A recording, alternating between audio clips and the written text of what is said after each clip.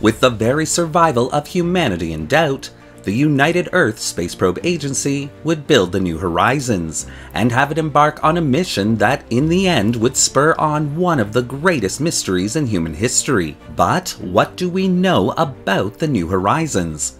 Well, today we'll find out.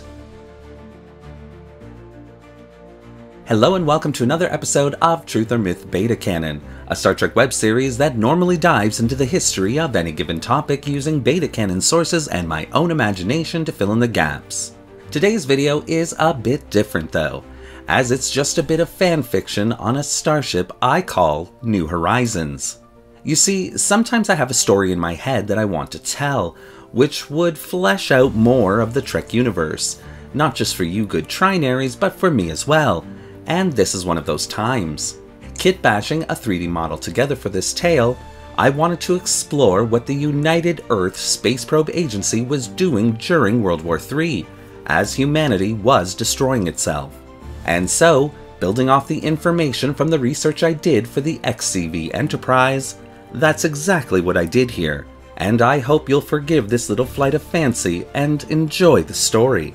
But of course, and as always, because this is just a bit of fan fiction, all information relayed should pretty much be taken with a grain of stardust and only considered a little bit of Star Trek fun. And so, with all that out of the way, let's begin.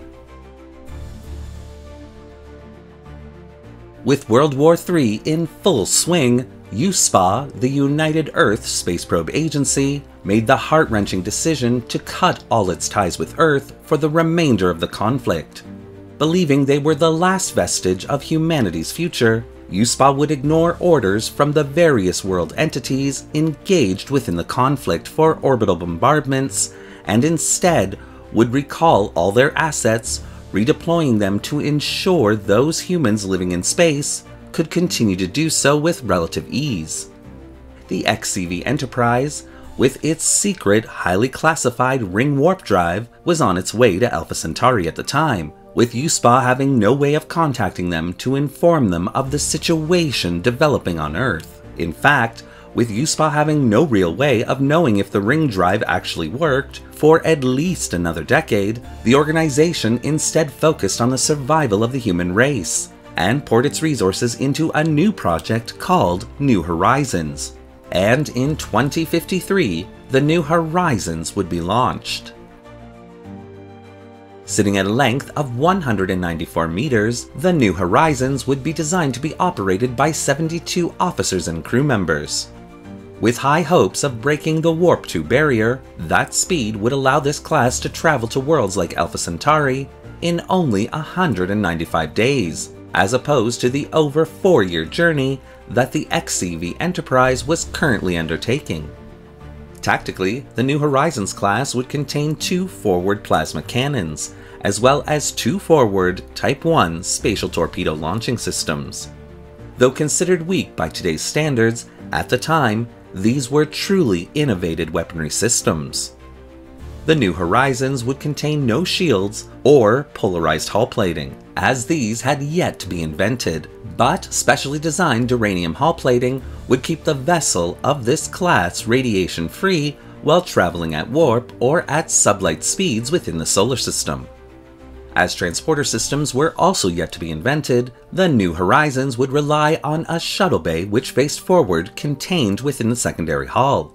A full deck of the ship would be devoted to food production, while several other areas within the design would be devoted to water storage. Water rationing would be in full effect while New Horizons was in flight, but, if possible, after arriving at its destination, the class had the ability to top up its water supply using either ice drilling grapplers or specially designed liquid tanks, which could be easily attached to its shuttle pods. All human waste would be recycled into usable matter for the journey. An additional supply of food rations would also be included within the design. In the form of nutrient bars, these rations could sustain a person for a day or 2 thanks to its time-released ability, though most UESPA officers would complain of their lack of taste. Once ready for its first mission, UESPA would decide to send the New Horizons to the Bernard system to explore that star system and its surrounding neighbors, a mission which would last approximately a decade before the New Horizons was to make its way home.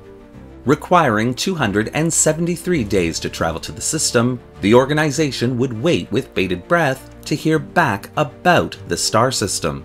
Since subspace communications had not been invented by this time, UESPA would have to wait almost 6 years for the first reports on the Bernard system to reach them. But on April 15, 2059, the first reports would be received to the elation of UESPA Command. Containing a 10-planetary star system, Bernard's star actually contained 2 hospitable Class M planets suitable for human colonization. Poring over the almost hourly reports from New Horizons, UESPA felt that Bernard's star was the answer to all of humanity's prayers. And although humanity would eventually colonize the system, it wouldn't happen until almost 3 decades later, and not by UESPA. After almost 3 weeks of detailed reports on the system came streaming through, suddenly communications went dark, with no further word or sign of New Horizons. But then, in 2064, Zephram Cochrane, a survivor of the events of the now concluded World War III, would break the warp barrier by converting a nuclear rocket into a space vessel, which he named the Phoenix.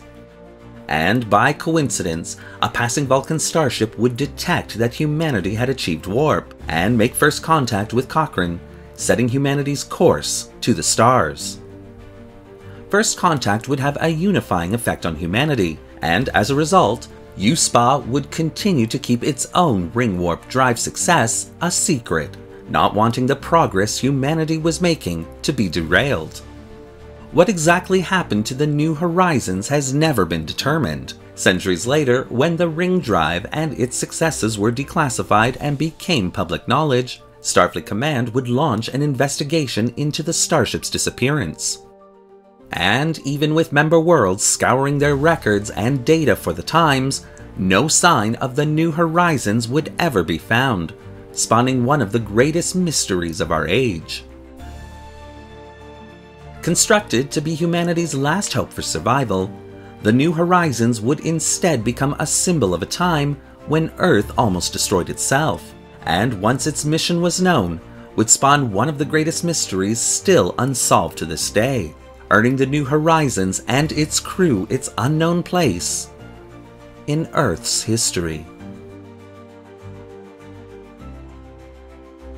Thank you for watching today's episode of Truth or Myth Beta Canon. What do you think of the New Horizons and the historical narrative that I've created here? What do you think happened to her?